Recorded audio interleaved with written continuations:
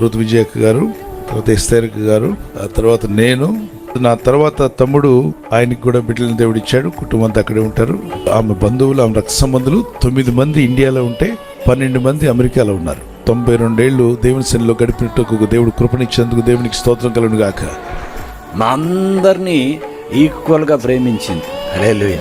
ఒక గొప్ప ఎగ్జాంపుల్గా ఆవిడ ఉన్నారు. అమ్మ నిద్రించారు, మహిమలో చేర్చబడ్డారు.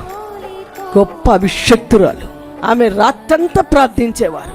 తన యొక్క ప్రార్థన ఈ విధంగా మమ్మల్ని నిలబెట్టిన గొప్ప ఆశ్చర్యకరమైన రీతిలో.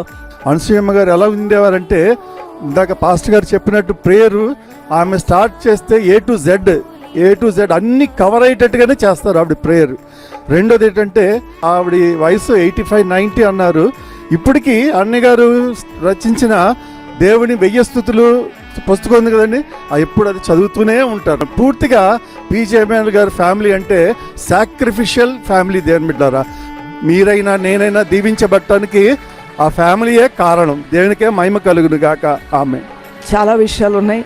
చాలా సందర్భాల్లో నా మెసేజెస్లో కూడా మీరు వినే ఉంటారు అమ్మ గురించి. అంటే ఎంత సున్నితమైన మృదు స్వభావం అంటే అందరూ